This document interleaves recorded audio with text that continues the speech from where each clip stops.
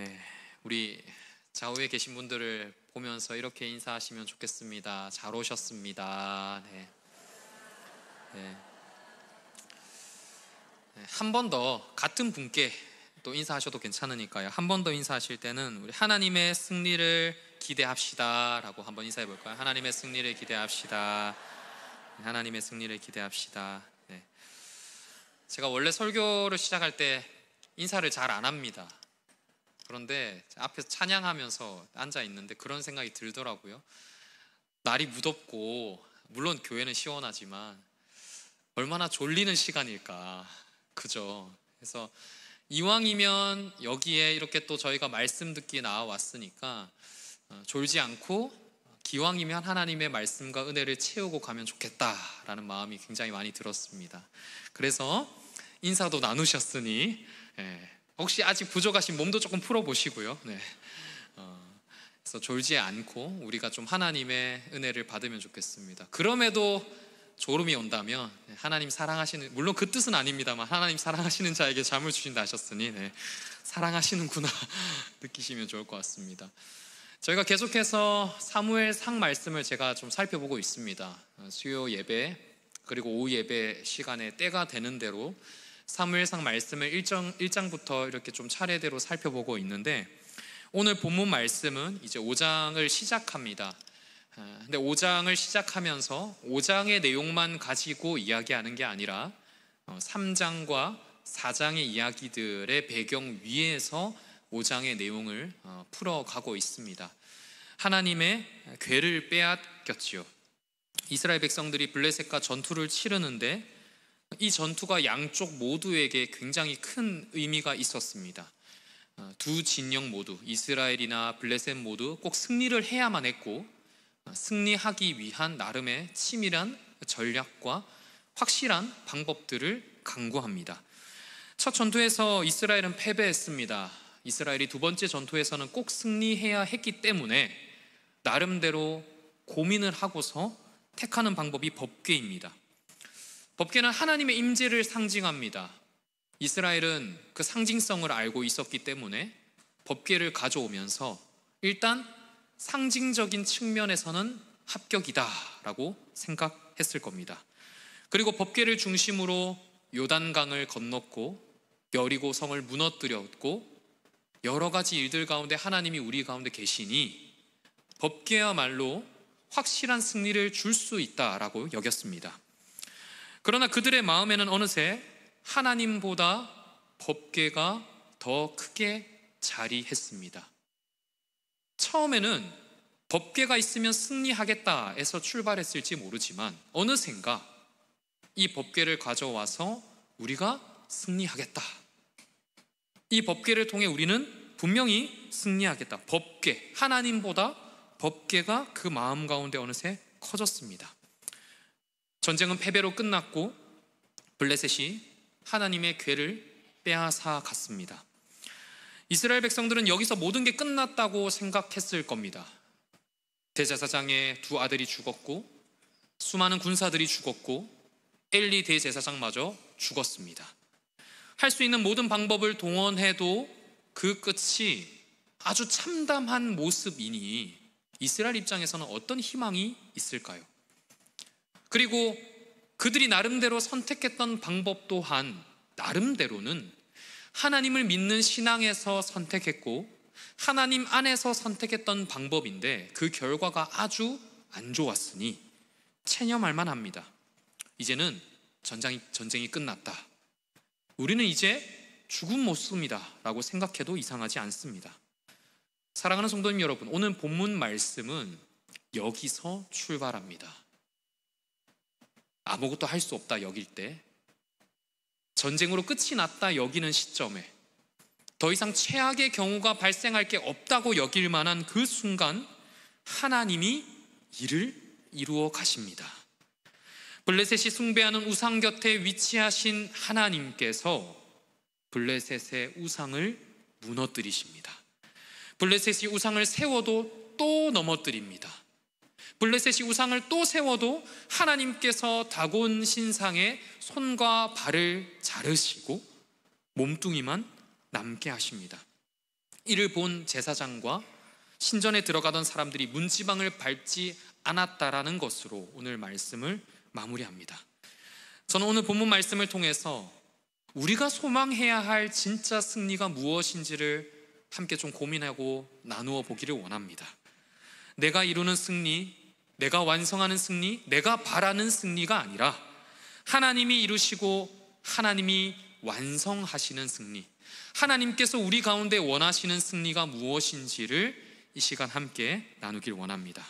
먼저 첫 번째로 하나님이 승리하십니다. 우리는 우리가 아닌 하나님의 승리를 확인하고 하나님이 승리하시는 것을 기대하며 경험해야 합니다. 사무엘상 5장의 앞장인 4장 전반은 이스라엘 백성들이 블레셋과의 전투에 있어서 무엇을 의지했고 무엇을 가장 중요하게 생각했는지를 말씀하고 있습니다. 이스라엘 백성들은 확실한 승리를 얻고자 했습니다. 그래서 변수 없이 승리를 가져다 줄 방법을 택했습니다. 나름 치밀하게 고민했을 것이고 나름대로는 실패하지 않을 만한 방법을 구했습니다. 그게 바로 법궤였죠. 그러나 법궤를 선택한 이스라엘 백성들의 중심에는 내가 이루는 승리, 내가 얻는 승리가 자리하고 있었습니다. 사무엘상 4장 3절을 보시면 법궤를 통해서 우리가 승리를 얻자, 3절의 표현으로 빌리자면 우리를 우리 원수들의 손에서 구원하게 하자라는 장면이 등장합니다. 이 장면은 엄밀히 말해서 하나님께서 우리에게 승리를 주실 것을 보자는 게 아니라 우리가 법궤를 가져와서 우리가 원하는 승리를 우리가 이루기를 원한다라는 그런 뜻을 담고 있습니다. 그러니 이런 마음을 가지고 이런 계획을 실천했던 이스라엘의 입장에서 오늘 본문의 상황은 반대로 굉장히 위험하고 또한 더 이상 희망을 바라볼 수 없는 상황입니다. 이스라엘 백성들이 패배하고서 나름대로 정말 고민하고 선택했던 게 법궤였는데 사람이라는 게 그렇지 않습니까? 정말로 무서운 사람은 물러설 데가 없는 사람이라고 말들 합니다. 그러니까 이스라엘 백성이 딱 그런 거죠. 물러나서 더 이상 선택할 게 없을 때 마지막 방법으로 법궤를 선택했는데 같이 살았던 사람들이 모두 죽었고 희망이 꺾였습니다. 선택했던 방법이 실패로 돌아갔고 더 이상 선택할 수 있는 방법이 없습니다. 그러니 이 사람들의 입장에서 봤을 때는 포기하는 것 말고는 할 수 있는 게 없지요. 여기서 우리는 한 가지 질문을 스스로에게 한번 던져 보아야 합니다. 나는 내가 승리를 이루고자 하는가? 아니면 하나님이 이루시는 승리를 보고자 하는가? 또는 나는 나의 승리를 바라는가? 아니면 하나님의 승리를 바라고 있는가를 스스로에게 한번 물어볼 수 있어야 합니다. 우리는 사회생활을 하면서 사회생활의 가장 기본 단위인 가정에서부터 노력과 결과에 대해 배웁니다. 부모가 자녀에게 노력을 가르치는 건 참 마땅한 일이고 노력하여서 좋은 결과를 얻도록 알려주는 건 기본 중에 기본이라 할 수 있습니다. 그런데 이게 신앙의 영역에서는 조금 그 원리가 달라집니다. 분명 부모님께 배우고 학교에서 배우고 사회생활을 하면서 배우는 건 원하는 대로 노력해서 원하는 결과를 얻기 위해 달려가야 된다, 노력해야 된다, 열심히 애써야 된다라고 배우는데 성경은 다르게 말씀합니다. 성경은 하나님이 이루시는 역사를 보라고 말씀합니다. 그러니까 신앙생활함에 있어서 노력하면 안 된다, 노력하지 않아도 된다를 말씀하는 게 아니라 노력하는 게 중요하고 꿈을 꾸는 게 중요하지만 그 모든 꿈의 시작과 노력의 시작 과정 끝에 누가 있으셔야 되냐면 하나님이 계셔야 된다라고 늘 말씀합니다. 우리는 구원의 자격이 없습니다. 하나님께서 구원을 베푸십니다. 우리는 죽어 마땅한데 하나님께서 죽어 마땅한 우리를 살리십니다. 우리는 지금도 죄를 향해서 달려가고 죽음을 향해 달려가는데 하나님께서 우리를 정신 차리게 하셔서 죄로부터 돌이키게 하시고 하나님이 베푸시는 생명의 기쁨과 맛을 누리며 이 땅에서도 나그네로 살아가게 하십니다. 그러니 여러분, 우리가 죄와 죽음, 생명과 구원을 생각해 보면 우리 손에 있는, 우리 삶에 있는 많은 것들 가운데서도 죄와 죽음, 생명과 구원에 초점을 맞출 때 우리는 우리 인생의 답을 아주 심플하게, 아주 간단하게 내릴 수 있습니다. 우리는 은혜를 만들어낼 수 없습니다. 우리는 생명을 만들어낼 수 없습니다. 우리는 구원을 만들어내거나 구원을 이룰 수 없습니다. 그래서 우리는 이 모든 일, 생명과 구원과 은혜를 행하시는 하나님을 보아야 한다라는 답이 명확해집니다.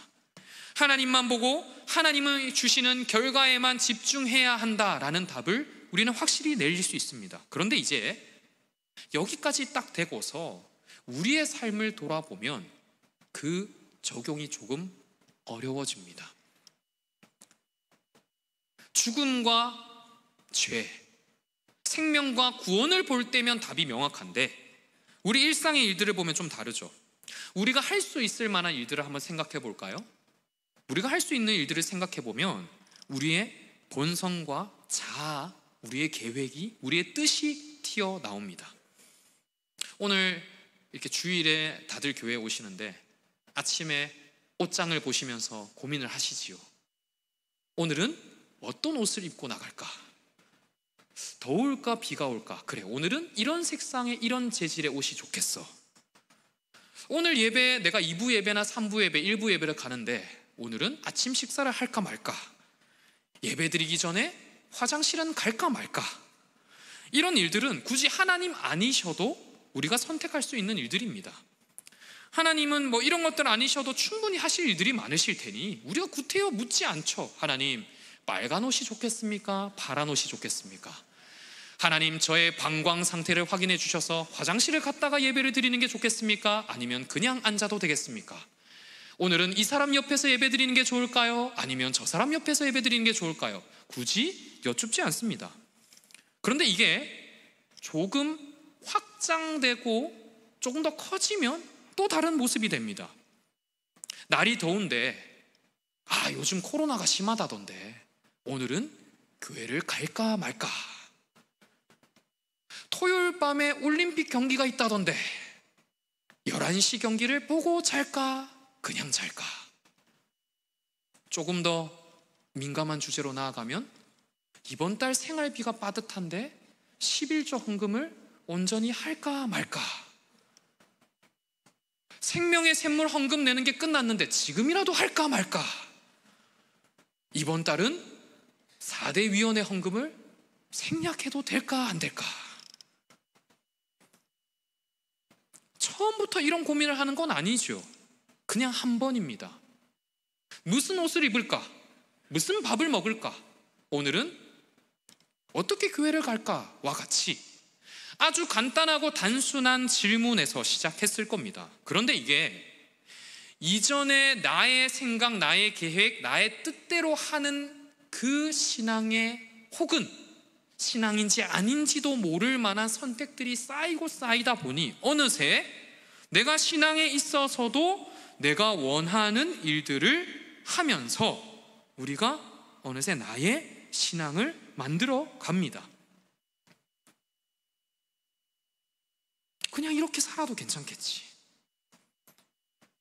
그러면서 우리가 어느샌가 실패를 경험하고 어려움을 경험하며 하나님을 찾습니다. 아주 단순하게 내가 선택했던 것들에서부터 다시 시작하죠. 하나님, 저 어떻게 해야 될까요? 여러분, 하나님은 우리들의 모든 영역에서 하나님의 뜻을 발견하길 원하십니다. 그래서 우리들의 실패의 순간, 낙담의 순간, 연약함의 순간, 오늘 본문 말씀으로 보자면 아무런 희망을 찾을 수 없는 그런 순간에 낙담할 만한 일을 통해서 우리의 본성과 자아, 우리의 뜻을 우리가 얼마나 신뢰하고 있는지를 돌아보고 확인하게 하십니다. 내가 완성할 수 없고 내가 이룰 수 없는 일들 가운데 우리를 두시면서 우리에게 스스로 물어보십니다. 너 지금도 스스로 할 수 있다고 생각하니?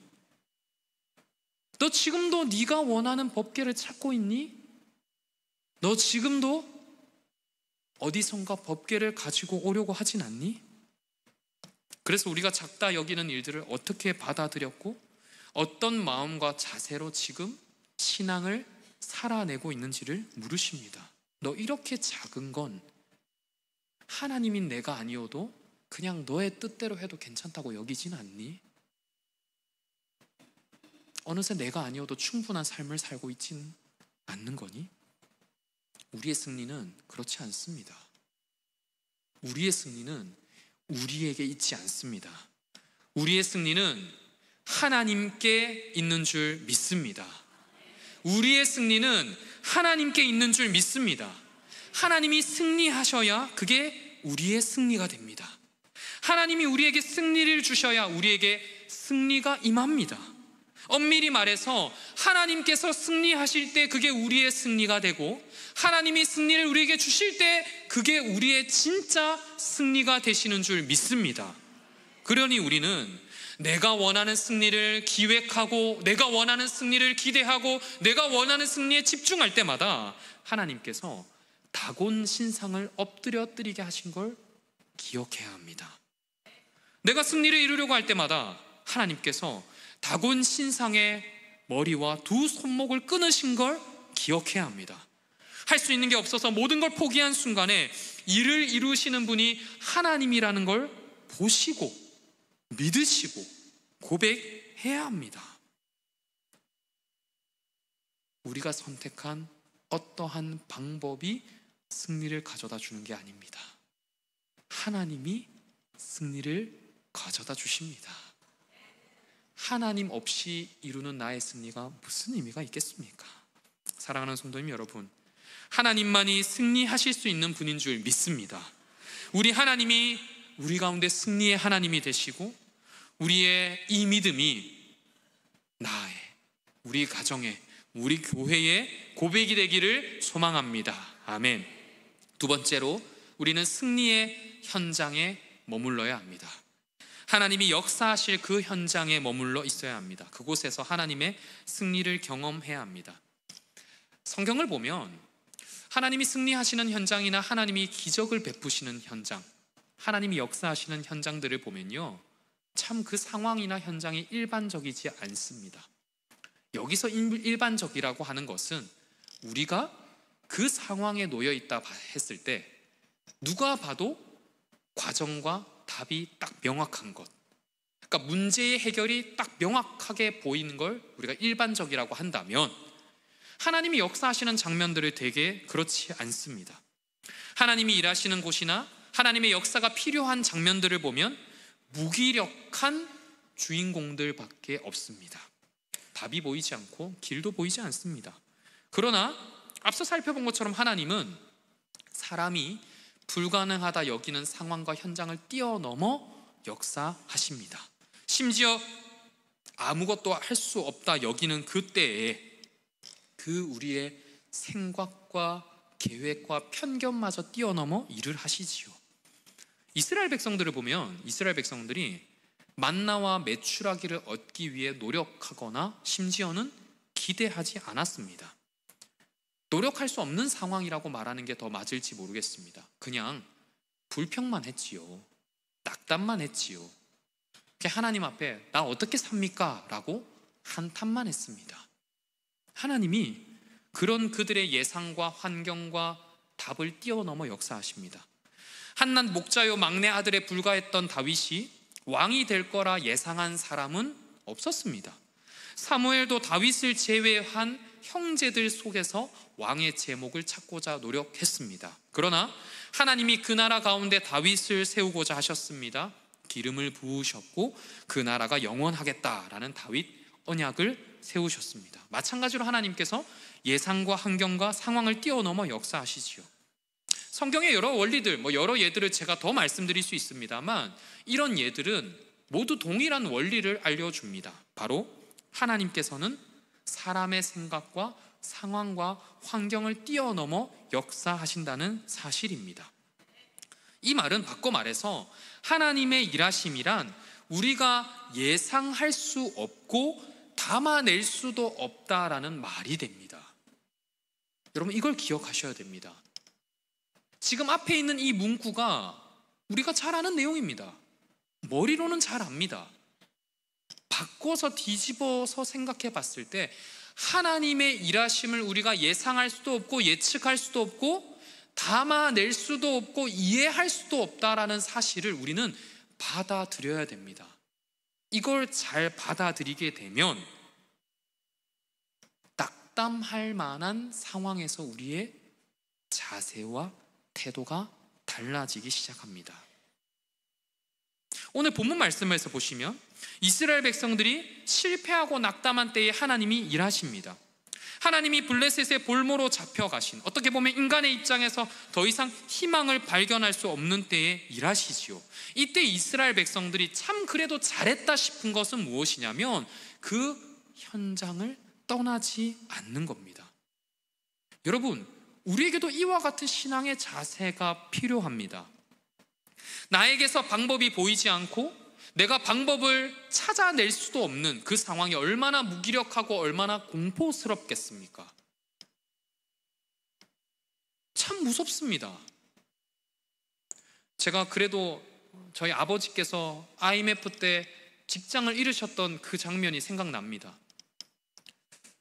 다니시던 직장을 나오셔야 됐고 아버지께서 여러 가지 인테리어 업종을 전전긍긍 하시는데 사업이 실패하니까 돌려막고 해도 답이 안 나오시더라고요. 우리의 일상도 그런 삶이 될 수 있죠. 얼마나 무기력합니까? 얼마나 공포스럽습니까? 그런데 그 현장을 떠나면 우리는 하나님의 승리를 볼 수 없습니다. 그 무기력하고 공포스러운 그 순간을 떠나면 하나님의 일하심을 볼 수 없습니다. 역설적으로 하나님께서 우리의 생각과 상황과 환경을 뛰어넘어 역사하시기 때문에 내가 가장 무기력하고 가장 공포스러운, 내가 아무것도 할 수 없다 여기는 그 순간이 하나님이 일하시는 순간이 되고 내가 그곳에 머물러 있어야 하나님의 일하심을 경험할 수 있는 것이지요. 그러니 우리는 그 공포스러운 환경과 상황에 머물러 있어야 합니다. 나의 공포, 나의 무기력함, 나의 무서운 이 상황에 시선을 두고 있을 것이 아니라 정말 어렵고 안 되겠지만 그럼에도 하나님을 보아야 합니다. 오히려 담대하게 배짱을 내야 됩니다. 내가 할 수 없을 때 하나님이 일해 주시는 것밖에 할 수 없으니 하나님이 일하시는 걸 기대해야 합니다. 하나님, 저 이렇게 할 수 있는 게 없는데 방법을 좀 보여주시죠. 하나님, 저는 지금 할 수 있는 게 없는데 하나님이 좀 이제 일해 주시지요. 설마 하나님께서 하나님 백성을 굶어 죽이실까요? 여러분, 요한복음 11장을 보시면 예수님이 나사로를 살리신 장면을 기록하고 있습니다. 나사로가 병이 들자 나사로의 누이들이 예수님께 나아와 병든 소식을 전합니다. 예수님이 마르다, 마리아, 나사로를 사랑했다라고 기록할 정도이니 이들의 관계가 가볍지 않죠. 마리아와 마르다가 예수님의 방문과 치유 사역을 기대했습니다. 그러나 예수님은 그로부터 이틀 뒤에 나사로가 죽은 곳에 당도하십니다. 예수님이 이틀 뒤에 당도하셨어요.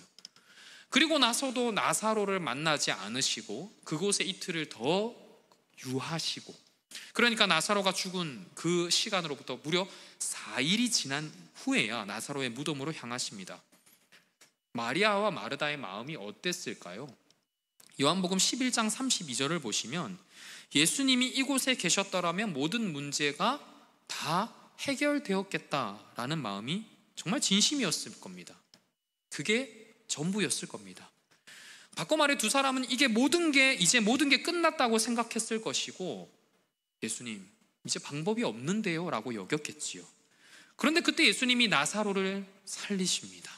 사망의 저주마저 끊으시고 죽음을 이기십니다. 마리아와 마르다가 믿음이 있어서 그곳에 머물렀건, 그냥 낙담했는데 아무것도 행할 길이 없고 힘이 없어서 그곳에 주저앉아 있었건, 그보다 더 중요한 사실이 있습니다. 예수님이 역사하셨다라는 사실과 이들이 그곳에서 예수님의 역사를 경험했다라는 사실입니다. 승리 주시는 곳에 있어야 승리를 볼 수 있습니다. 낙담이 되어도 하나님이 역사하실 그 자리에 있어야 하나님의 역사를 경험할 수 있습니다. 야, 너 믿음이 없는데 거기 있을 거야? 너 믿음이 있는데 거기 있을 거야가 아니라, 믿음이 있건 없건 그곳에 있는 게 곧 우리의 믿음이 되는 것이죠. 낙담이 되어도 교회를 떠나지 않고 예배 현장을 고집하고 내 예배 자리를 지키는 게 내 믿음이 되는 겁니다. 낙담해서 주저앉고 싶어도 교회 예배당에 주저앉는 게 우리의 믿음이 되는 것이지요. 그러니 역설적으로 우리는 이렇게 말할 수 있어야 됩니다. 믿음이 없는데 거기 있는 거야가 아니라, 여기 있으니까 대단한 겁니다. 여기 있으니까 믿음이 있는 겁니다. 여기 있으니까 우리는 하나님의 역사하심과 승리하심을 볼 수 있는 겁니다. 제가 원고에는 없는데 제 20살 때가 생각이 납니다. 갑자기요. 제가 20살이 돼가지고 굉장히 열심히 있는 청년이었습니다. 초등부 교사를 섬기고, 성가대, 우리 교회로 보면 이제 찬양대 섬기고, 중고등부 음향 세팅을 해주고, 청년부 예배를 갔다가 오후 예배 드리고 나면 성가대 연습을 하고 집에 가면 9시였습니다. 그러다가 제가 한 5월, 6월이 되었을 때 굉장히 반항심이 생겨가지고 하나님께 따지기 시작했습니다. 이렇게 열심히 해서 무슨 의미가 있습니까? 그래서 제가 한 주에 예배 하나씩을 빠져보기를 시작했습니다.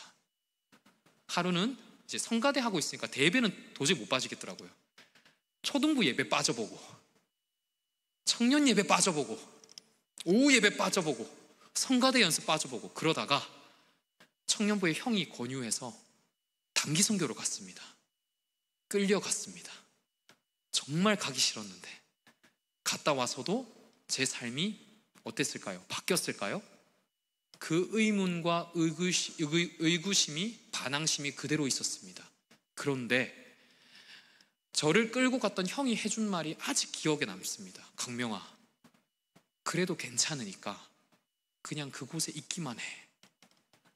그 형은 신학했던 형이 아닙니다. 신학 공부하지 않았습니다. 근데 제가 지나놓고 오늘 설교 말씀을 보니까 이게 진짜 큰 신앙의 원리라는 생각이 듭니다. 버티고 있으니까 하나님의 답이 보입니다. 예배 자리에 있으니까 하나님의 일하심이 보입니다. 아니라고 해도 기도의 자리에 머물러 있어야 기도의 응답을 경험합니다. 아니라고 해도 하나님의 관계에 우리가 매진해야 그 관계에서 이루어지는 하나님의 응답을 경험할 수 있습니다. 인디언들이 그런 기우제를 드린다고 하지 않습니까? 기우제를 드려서 비가 오는 것을 본다 하는데 기우제가 성공률이 100%입니다. 비가 올 때까지 기우제를 드리기 때문에요.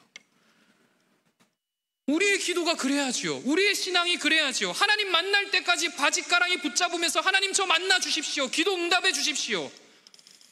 제 인생 책임져 주십시오. 저는 이제 선택할 법궤마저 없으니 하나님이 승리해 주셔야 됩니다. 사랑하는 성도님 여러분, 오늘 본문 말씀은 우리에게 두 가지 교훈을 알려줍니다. 첫 번째로 우리 하나님이 승리의 하나님 되십니다. 두 번째로 우리는 승리의 현장, 예배의 자리, 우리 신앙의 자리를 지키고 그 자리에 머물러야 합니다. 마지막으로 저는 이 말씀을 드리면서 오늘 말씀을 좀 마무리하고 싶습니다. 하나님이 승리의 하나님 되심을 굳게 믿고 승리의 현장에 머물러서 하나님의 승리를 기대하는 그 성도, 신자의 마음은 어떤 마음일까요? 두려움이 여전할 수 있습니다. 무서울 수 있습니다. 낙담이 있지요. 전 낙담이 없어야 된다고 말씀드리고 싶지 않습니다. 그런데 동시에 우리 정말 감사의 이유 되시는 하나님으로 인해서 감사와 소망이 생겨나는 줄 저는 정말로 믿습니다. 우리에게 소망이 없으니 하나님으로 채워서 하나님이 주시는 감사와 승리와 소망이 있는 줄 믿습니다. 그래서 우리가 우리 앞에 놓여 있는 좋은 결과를 기대하고 좋은 결과를 놓고 감사할 수도 있겠지만, 여러분, 우리는 낙담하는 그 순간에도 감사할 수 있습니다. 왜 그렇습니까? 하나님이 우리에게 선한 분이라는 믿음과 고백이 있기 때문입니다. 우리 같은 사람을 하나님이 구원하셨잖아요. 우리 같은 사람도 하나님이 구원하셨습니다. 그럼 우리의 지금 현실을 하나님께서 역전하지 못하시라는 그런 한계, 그런 어려움 없지요. 우리 같은 사람도 구원하신 하나님이 우리의 어려움을 뛰어넘어 역사해 주실 줄 믿습니다. 사랑하는 성도님 여러분, 하나님을 기대하십시오. 승리의 하나님을 기대하십시오. 그리고 그 하나님을 기대하셔서 지금 머무시는 그 자리를 이탈하지 마시고 하나님과의 교제의 자리를 더 찾으시고 더 하나님의 역사를 채워가시는 우리 성도님들 되시기를 주님의 이름으로 축복합니다.